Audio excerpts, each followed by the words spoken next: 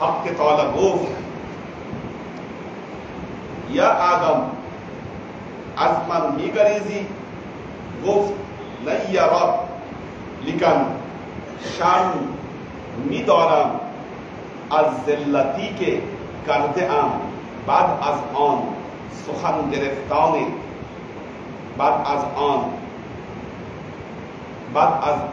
سخن در گرفتان مهتاب و آفتاب افتاده بود। আচ্ছা, হযরত আদম আলাইহিস সালামের কাহিনী এখানে খুব সংক্ষিপ্ত বলেছে।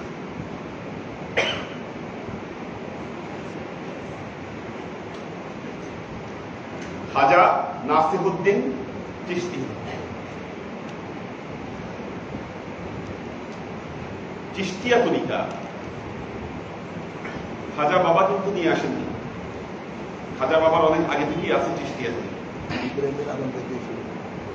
ইব্রাহিম আদম থেকে শুরু। তো খাজা বাবার আগেও অনেকে ভারতবর্ষে এই চিশতিয়া তরিকা নিয়ে এসেছিলেন। হ্যাঁ, কিন্তু খাজা বাবার সময় থেকে চিশতিয়া তরিকার রৌনক বৃদ্ধি পায়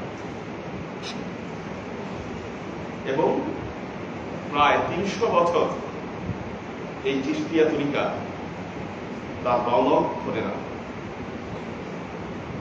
খাজা চেরাগ দেহলভি খাজা বাবার এই চিশতিয়া তরিকার তিনি একজন খলিফা ছিলেন।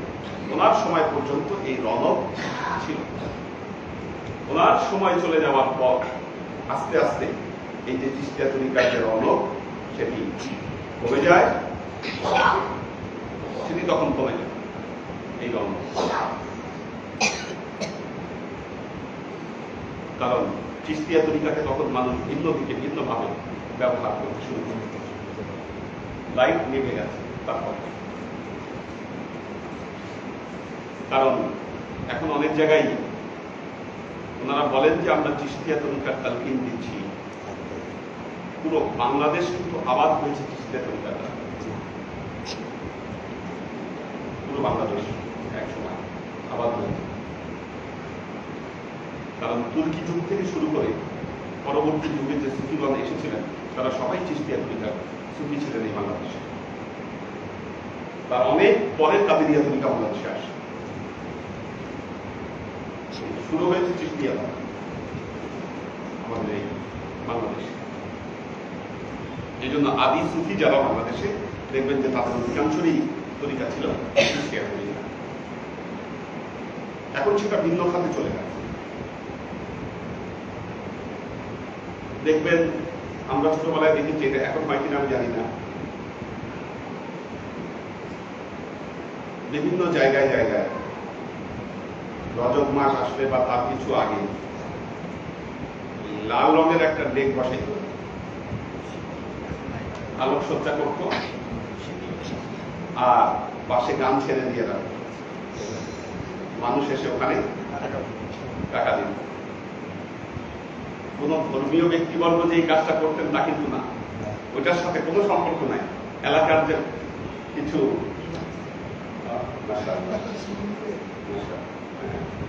এলাকার কিছু মস্তান টাইপের ছেলেমেলেরা বা এলাকার কিছু ছেলেমেলেরা এই কাজ করত, আর ওখান থেকে যে টাকা উঠত ওই টাকা তারা আর কি ভাগ বাটোয়ারা করে নিয়ে। এক সময় মানুষ ভিন্ন খাতে এটাকে ব্যবহার করতে শুরু করে, কিন্তু চিশতিয়া তরিকার যে আধ্যাত্মিক যে দিক অত্যন্ত গোলাম, ওরা অত্যন্ত কঠিন।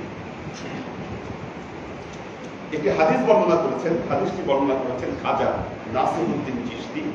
তার বইয়ের ভিতরে তিনি লিখেছেন এই হাদিসটি যে রাসূলুল্লাহ সাল্লাল্লাহু আলাইহি ওয়াসাল্লামের কাছ থেকে এসেছে। এটি যখন আল্লাহ তাআলা ফাতালাক্কা আদম মিন রাব্বিহি বিকালিমাতিন ফাআতাম্মাহুন, সূরা বাকারা। ফাতালাক্কা আদম মিন রাব্বিহি বিকালিমাতিন ফাআতাম্মাহুন। আল্লাহ আদম আলাইহিস সালামকে কিছু কালেমা দিলেন, তিনি সেগুলোকে পূরণ করলেন। পূরণ করার পর আল্লাহ কি বললেন? কুল্লাহাবিতু মিনহা জামিআ। আল্লাহ মাফ করলেন, কিন্তু বললেন কুল্লাহাবিতু মিনহা জামিআ, ব্যাগ এন্ড ব্যাগেজ নিয়ে এখান থেকে তুমি বের হয়ে যাও। মাফ করার পর আল্লাহ বলতেছেন ব্যাগ এন্ড ব্যাগেজ নিয়ে ভালো, এখানে মাফ করতে ঠিক আছে, কিন্তু থাকবো না এখন এখানে, বের হয়ে যাও। فإما يأتينكم مني هدى فمن تبع هدايا فلا خوف عليهم ولا هم يحزنون। তবে হ্যাঁ, তোমার এবং তোমার বংশধরদের মধ্যে থেকে যারা হেদায়েত অনুসরণ করবে, হেদায়েত যারা অর্জন করবে, এখানে ফিরে আসতে তাদের কোনো বাধা নেই। এই কথাটা বললেন চুন খুদায়ে তাআলা ফরমুদ ফাতালাক্কা আদমু মিন রাব্বিহি কালিমাতিন ওয়া ইন ওয়ান অফ বুথ কে আদম আলাইহিস সালাম নি গারি। হযরত আদম আলাইহিস সালাম লুকানোর চেষ্টা করেছেন। এই ঘটনাটা ঘটার পর লা তাকরাবা হাযিহি শাজারাতা ফাতাকুনা মিনাল যালিমিন, এই যে ঘটনা ঘটলো, সেই গন্ধম গাছের ফল খাইলেন, খাওয়ার পরে কি করলেন? হযরত আদম আলাইহিস সালাম লুকানোর চেষ্টা করেছেন, পালানোর চেষ্টা করেছেন। নি গারি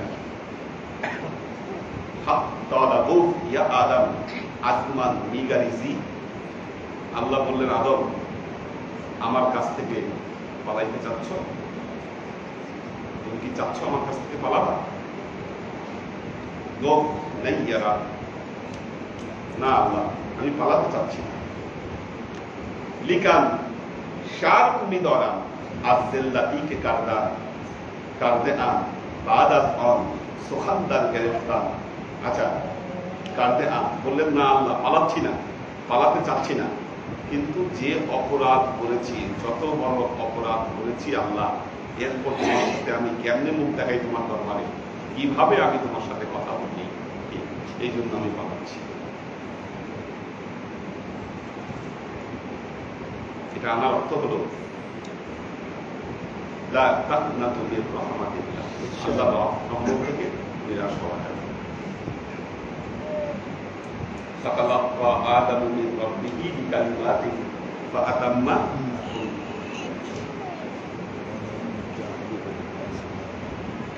তো এই যে এত বড় অপরাধ করার পরও আল্লাহ তাকে মাফ করে দিলেন। বান্দা যতই অপরাধ করুক না কেন, একটা জিনিস দেখবেন, আল্লাহ কি জানতেন না আদম এই কাজ করবে? জানতেন কিনা?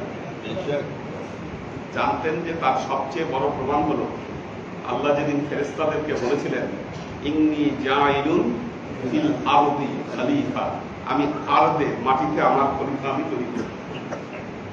ফেরেশতাদেরকে কিন্তু আগেই বলছেন আমি আরদে আমার খলিফা তৈরি করব। তার মানে জান্নাতে যে রাখছিলেন আল্লাহ, এটা ছিল টেম্পোরারি। আগেই তো ফেরেশতাদেরকে বলছেন আমি পৃথিবীতে আমার খলিফা তৈরি করবো, জান্নাতের জন্য তার খলিফা তৈরি করবো। কাজে আদম ভুল করবে, জান্নাতে আসবে, এটা আল্লাহ জানে। আল্লাহ ভালো লাগে খেলিছ এই বিশ্বলয়ে বিরাট শিশু আনন্দে খেলেছ, নিখিল সৃষ্টি পাব প্রচুর খেলা, নীরজলে প্রভু নীরজলে খেলেছ। আল্লাহ খেলায়, এটা আল্লাহ ভালো, উনি যা ইচ্ছা তাই করতে পারেন। আদম লজ্জা পাইল, মাপ চাইল, আল্লাহ ভালো লাগছে, কিন্তু আল্লাহর আগেই প্ল্যান যে আদমকে কি করবেন, দুনিয়ায় পাঠাই দেবেন।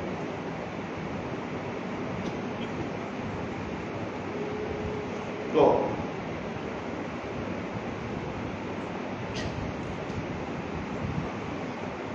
আল্লাহর আশেপাশে এরপরে যে কথাটি বলেছেন সুখানদার গ্রেফতারে মাহাতাব ও আফতাব ওফতাদের মুখ, এটা একটা সিরিয়াস তথ্য এখানে দিয়েছে। আপনাদেরকে একটা কথা বলি, মারেফত, মারেফত কোন লুকানো বস্তু নয়, অযৌক্তিক বস্তু নয়। যিনি প্রকৃতিকে রিড করতে পারেন, যে প্রকৃতিকে রিড করতে পারে, সে অনাগত সময়ের অনেক কিছু বলে দিতে পারে। এটা কিন্তু অনেক মনে করো। প্রকৃতিকে ঋণ করতে হবে। মানুষের হাতের নখ দেখবেন এক একজনের নখ এক এক রকম, কারোটা লম্বাটে, কারোটা চারকোনা, কারোটা মাঝামাঝি। নখের সাইজ এক এক রকম।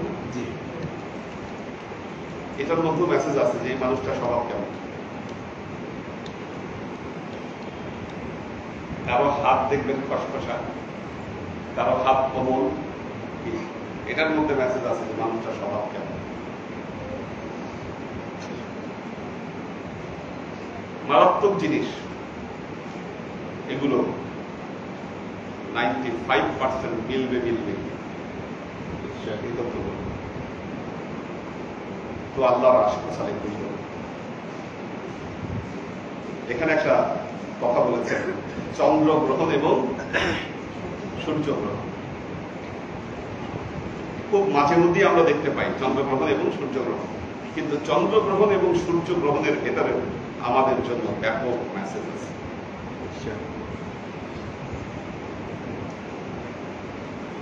আচ্ছা, रिवायत आज इब्ने अब्बास रज़ियल्लाहु ताला अन्हु वक्ती के दर अहद रसूलुल्लाह सल्लल्लाहु अलैहि वसल्लम महरा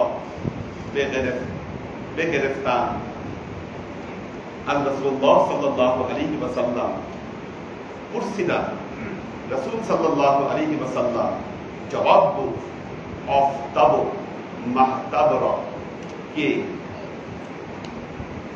मीगलिजान चुन गुनाह में बंदगान दर दुनिया बसियार शवा।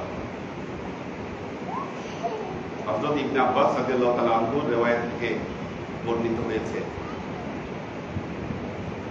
মানুষের যখন পাপ বৃদ্ধি পায় পৃথিবীতে, তখন মানুষ কি করে, তখন কি করে, এই চন্দ্রগ্রহণ এবং সূর্যগ্রহণের নাম সূর্যগ্রহণ হয়ে থাকে।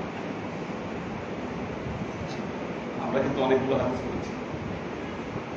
চন্দ্রগ্রহণ বা সূর্যগ্রহণ বলে কি করতেন? আল্লাহ নবী নামাজ পড়তেন। সালাতুল কুসুফ এবং সালাতুল খুসুফ দুটো ধরনের নামাজ পড়তেন আল্লাহ নবী। সালাতুল কুসুফ, সালাতুল খুসুফ দীর্ঘ তেলাওয়াত করে আল্লাহ নবী নামাজ পড়তেন। এটা একটা বিশেষ নামাজ।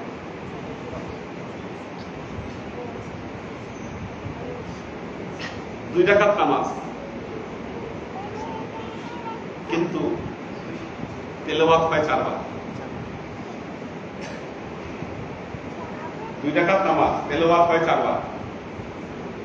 প্রথমে তাকবীর বেঁধে সূরা ফাতিহা একটা সূরা মিলায় পড়া, দীর্ঘ সময় রুকুতে চলে যাওয়া, রুকু থেকে উঠে সিজদায় যাওয়ার কথা না, সিজদায় না গিয়ে আবার তেলাওয়াত, আবার রুকু থেকে মাথা উঠায় সিজদা, দুইটা, আবার উঠে তেলাওয়াত, আরেকটা সূরা মিলে রুকু থেকে উঠে আবার তেলাওয়াত, আবার রুকু থেকে উঠে তারপর সিজদা। বিশেষ নামাজ পড়তেন আল্লাহ নবী। চন্দ্রগ্রহণের সময় পড়তেন সালাতুল কুসুফ, আর সূর্যগ্রহণের সময় পড়ছেন সালাতুল কুসুফ, দুটো নামাজ। অনেক বর্ণনা এসেছে হাদিসে নামাজের ব্যাপারে। আল্লাহ নবী বলেছিলেন, আমি নামাজের মধ্যে আমাকে জান্নাত দেখানো হয়েছে, জান্নাতের আঙ্গুর চলে আসছিল, আমি চাইলেই সেটিকে ধরতে পারতাম হাত দিয়ে। এই ধরনের হাদিস বর্ণিত হয়েছে। তো আল্লাহ নবী বললেন, মানুষের পাপ যখন বেড়ে যায় তখন কি করে আল্লাহ? এই চন্দ্রগ্রহণ এবং সূর্যগ্রহণ দেয়। আচ্ছা, ফরমান মিশাওয়া।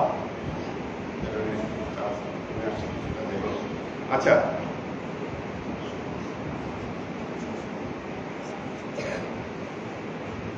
তো খালক ইবরাত শাবান আজ গুনাহান বাস আয়া।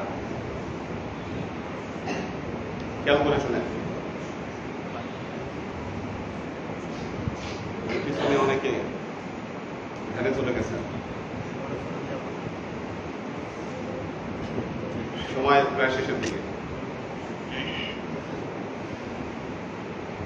গুরুত্বপূর্ণ মেসেজ এখানে। বললেন চন্দ্রগ্রহণ এবং সূর্যগ্রহণ আল্লাহ দেয় এই কারণে, এই চন্দ্রগ্রহণ এবং সূর্যগ্রহণ থেকে যেন মানুষ মেসেজ নেয় এবং তার গুনাহকে ছেড়ে দেয়। কি মেসেজ সেটা বর্ণনা আসে। চন্দ্রগ্রহণ এবং সূর্যগ্রহণ থেকে যেন মানুষ মেসেজ নেয় এবং এটা নেওয়ার মাধ্যমে যেন মানুষ সুপথে ফিরে আসে। আচ্ছা, দেখেন এই তথ্য লিখে রাখলে আপনারা অনেক উপকার পাবেন। চুন মাহর তার মুহররম বেগিনা অনসল ওয়াতাশু বালাহ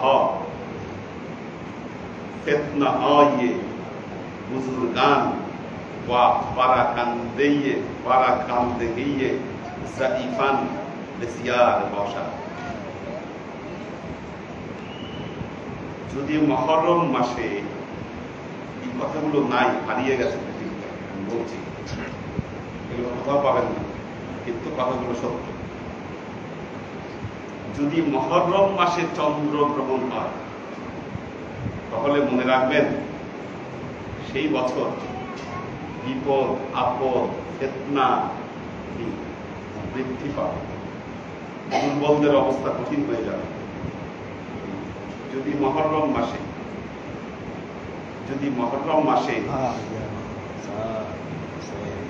চন্দ্রগ্রহণ হয়ে থাকে তাহলে মাথায় রাখতে হবে যে এই বছর বিপদ আপদ ফিতনা বৃদ্ধি পাবে। অনসাল অতশ, অতশ মানে আগুন,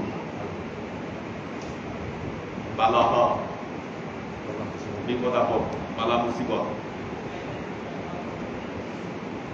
ফিতনা হয় বুজুর্গান বুজুর্গদের ফিতনা, পারাকান্দে গিয়ে জাইফান দুর্বলদের বিশৃঙ্খলতা, বেসিয়ার বসা বৃদ্ধি পাবে। আগার মাহ তার সফর বেগিরান বরণ হ তার অঞ্চল আন্দাজ সাবার দাঁড়িয়ে হ খুশক সাবার। যদি সফর মাসে চন্দ্রগ্রহণ হয়, যদি সফর মাসে চন্দ্রগ্রহণ হয় ওই বছর খরা বৃদ্ধি পাবে। ওই বছর কি হবে? খরা বৃদ্ধি পাবে। এর মধ্যে কত দেখেন চন্দ্রগ্রহণ চলে গেছে, আমরা কিন্তু এই খবর রাখি না। খবর রাখলে আগেই চেক পেয়ে যেতেন কি হতে যাচ্ছে। এই কথাগুলো পরীক্ষিত, একদিন আর দুদিন না। হ্যাঁ, মুহররমের পরেই সফর, মুহররমের পরবর্তী মাসে সফর। আমরা এখন শাবান মাসে অবস্থান করছি, ঠিক আছে। নেক্সট চন্দ্রগ্রহণ বা সূর্যগ্রহণ আসলে আমাদেরকে বুঝতে হবে যে কি মাসে হচ্ছে এবং কি ঘটতে যাচ্ছে। হ্যাঁ, সূর্যগ্রহণ হচ্ছে কবে?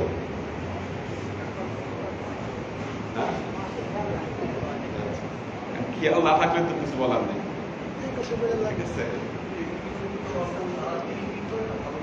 ভালো হতে পারে, ভালো হতে পারে। আগার মাহদার রাবিউল আউয়াল বেগিনান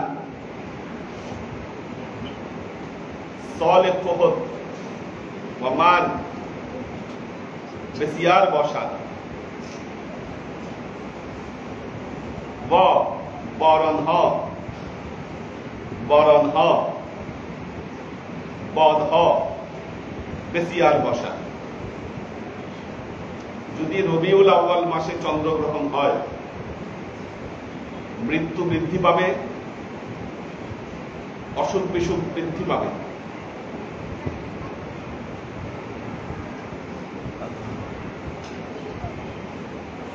বৃষ্টি বেশি হবে, ঝড় বেশি হবে। কিছু পদ্ধতি বৃষ্টি বেশি হওয়ার পদ্ধতি, আবার খুব বেশি হইলে আবার সমস্যা আছে। ঠিক আছে, রবিউল আউয়াল মাসে হলে অসুখ বিসুখ বাড়বে, অসুখ বিসুখ বাড়বে। ঠিক আছে, এখানে একটা শব্দ বলেছে প্রবত,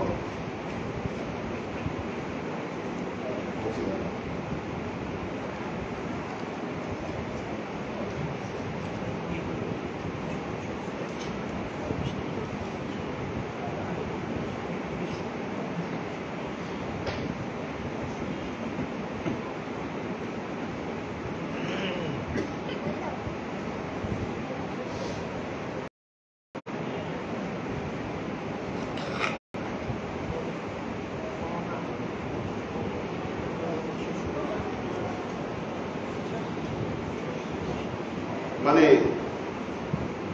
অভাব, অভাব, বহুত মানে হচ্ছে অভাব, অভাব বাড়বে মানুষ। এখন যেন মানুষ অভাবে আছে, অভাব বাড়বে, কিন্তু আবার বৃষ্টিও বেশি হবে, ঝড়ও বেশি হবে। কি মাসে বলে? রবিউল আউয়াল মাসে বলে। আজকে পর্যন্ত, আজকে পর্যন্ত 3 মাসে কি প্রথমে মহরম, মহরম, মহরম বলে কি হবে? মারামারি, ফাসাদ, কারবালাই প্রমাণ, হ্যাঁ কারবালাই প্রমাণ, এই যে কারবালা প্রমাণ। এবং অদ্ভুত ব্যাপার দেখেন, শুধু কারবালা না, অনেক ঘটনা ঘটছে মহরম মাসে। ঠিক আছে, চন্দ্রগ্রহণ সূর্যগ্রহণ হয়েছে কি না হয়েছে আমরা জানি না যদিও, ঠিক আছে, কিন্তু কথাগুলো মানুষের মধ্যে ফাসাদ বৃদ্ধি পাবে। এরকম প্রকৃতি মানুষকে সব তথ্য দিয়ে দেয়, প্রকৃতি মানুষকে সব তথ্য দিয়ে দেয়, মানুষের নেচার মানুষকে অনেক তথ্য দেয়। মারেফত ইগনোরেট নেই, মারেফত মানে জাদুগিরি না, টুকটাক নয়, আপনি প্রকৃতি থেকে সবকিছুর অ্যান্সার পাবেন।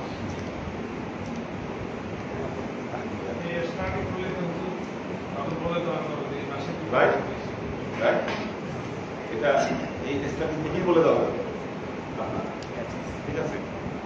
তো এটা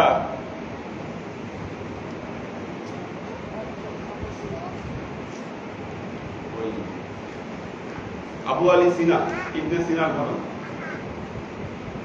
তিনি যাচ্ছিলেন, সফরে ছিলেন তিনি, জ্যোতির্বিদ্যা সম্পর্কে ওনার ভালো ধারণা ছিল। রাত হয়েছে, এক জাতাকলওয়ালার বাসায় তিনি আশ্রয় গ্রহণ করেছেন। জাতাকল ওই ইয়া দিয়া তার কারখানা ছিল। এখন রাতে বেলায় উনি বাইরে থাকতেন, জাতাকলওয়ালা বললে আপনি বাইরে থাকেন, ভেতরে চলে আসেন। না, ভেতরে তোমার এত গরম, ওখানে আমি থাকবো না, আমি বাইরেই ঠিক আছে। জাতাকলওয়ালা বলল দেখেন বাইরে বৃষ্টি নামবে আছে। উনি বললেন বৃষ্টির কোনো সম্ভাবনা নেই, আকাশ পরিষ্কার, আমি পড়াইজন জ্যোতির্বিজ্ঞানী, আমি জানি এগুলো, বৃষ্টি আসতে হবে না। জাতাকলওয়ালা বললেন না, বৃষ্টি হবে আছে। যাই হোক, উনি আর ভেতরে গেলেন না, বাইরেই থাকলেন। রাতে বেলায় ঠিকই মুষলধারে বৃষ্টি নামলো, উনি দরজা গেলেন, আর খুললো না, সারা রাত উনি বৃষ্টি দেখলেন।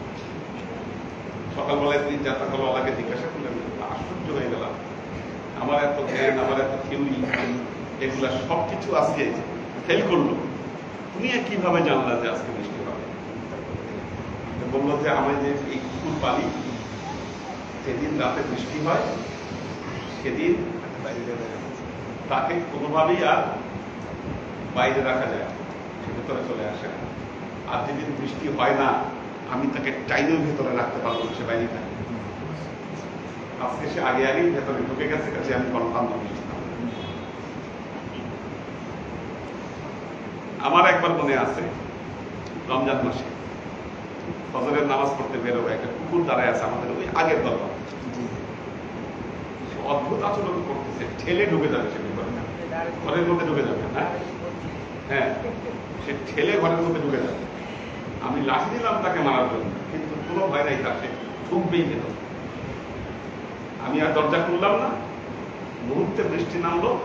আমাদের যে আগের দরবারে ওখানে যে ল্যাট্রিন ছিল ওইটার ভেতরে গেছি, মুষলধারে বৃষ্টি। আমরা টেরই পাইনি, কিন্তু তার কাছে মেসেজ চলে আসছে যে না, বৃষ্টি নামতেছে। প্রকৃতি আগে খবর পাচ্ছে। আর যখনই আপনি প্রকৃতিকে লিঙ্ক করতে পারবেন, ভবিষ্যতের অনেক তথ্য আপনি আশ্চর্য কিছু না। আমরা পারি না হলো এই সাইন গুলো আমরা শিখিনি, জানি না, সেই কারণে। তো যাই হোক, আল্লাহ আশিক সালেক ক্লাস তো মানে প্রত্যেক ক্লাস কাজে এটা। উনি একটা প্রশ্ন করেছিলেন, হাত বাঁধা। হাত বাঁধা, আচ্ছা, আমাদের সমাজে কয়েকভাবে হাত বাঁধা দেখা যায় নামাজের সময়। কেউ নামাজের সময় এইভাবে হাত বাঁধে, এইভাবে হাত বাঁধতে দেখতে, এটা কমপ্লিটলি রং। এটা করা যাবে না, এইভাবে হাত বাঁধার কোনো নিয়ম নাই। হাদিসে যেটা বলা আছে, এক কবজি আরেক কবজিকে ধরবে, ইয়াখুযু কাফুন বিকাফাই, এক কবজি আরেক কবজিকে ধরবে। ধরে দুটো অপশন আছে, হাদিসে দুটোই আছে। ইয়াদাহু আলা সাদরি, এটা আছে, এবং ওয়াতাহতাস সুতরা, নাভির নিচে। কি দুটোই বই। আপনি এক হাত আরেক হাত যখন কবজি দিয়ে ধরবেন, নাভির নিচে রাখা, এটাও হাদিসে আসছে। আলা সাদরি, এটাও হাদিসে আসছে, কিন্তু এটা জীবনে কোথাও আসে না। এভাবে হাত পাতার কোনো, অনেকে দেখছে এভাবে হাত পাতে, এটা কমপ্লিটলি রং। এটা কোনো দলিল দেখা যাবে না, বুঝছেন না? হ্যাঁ হ্যাঁ, হাত ছেড়ে তো নামাজ পড়া যাবে, হাত ছেড়ে তো নামাজ পড়া যাবে। এটা সম্ভবত আফ্রিকার ওই যে মালিকি মাযহাবের যারা, তারা হাত ছেড়ে দিয়ে নামাজ পড়ে। আবার শিয়ারা, ইরানের যে শিয়া যারা আছে, তারা আবার হাত ছেড়ে দিয়ে নামাজ পড়ে। হাত বাঁধা, হ্যাঁ, ওই আফ্রিকার ওইদিকে এটাও ওখানে আছে, ওনারা হাত ছেড়ে দিয়ে নামাজ পড়ে। সেটাও হবে, এটাও কোনো আফলাহাল মুমিনুন আল্লাযীনা হুম ফি সালাতিহিম খাশিউন, ওই মুমিনরাই সফল লাভ করবে যারা নামাজে দাঁড়ালে অন্তর আল্লাহর প্রেমে বিগলিত হয়ে যায়। এখন নামাজে দাঁড়িয়ে আপনার হাত কই রাখবেন আর পা কই রাখবেন, এটা ঠিক করতে করতে যদি নামাজের কনসেন্ট্রেশন চলে যায়, সেটা তো নামাজই হবে না, নামাজ আরো ক্ষতিগ্রস্ত হবে। তো এই জন্য বলা হয়, সালাফ শব্দটা যে আসছে, সালাফ শব্দের অর্থ হলো খোসা। আমরা খোসা নিয়ে এত ব্যস্ত হয়ে পড়ছি যে ভেতরের শ্বাস আর গ্রহণ করতে পারছি না। আমি একজন মাওলানাকে এমনও ওয়াজ করতে শুনছি যে যেই ব্যক্তি নামাজের শেষ বৈঠকে আঙ্গুলগুলা ফাঁকা করে রাখবে, হাতের আঙ্গুল এইভাবে রাখা আর ফাঁকা করে রাখা, কেউ যদি আঙ্গুল ফাঁকা করে রাখে, কাল কিয়ামতের ময়দানে নাকি আল্লাহ নবী কুড়াল নিয়ে ওই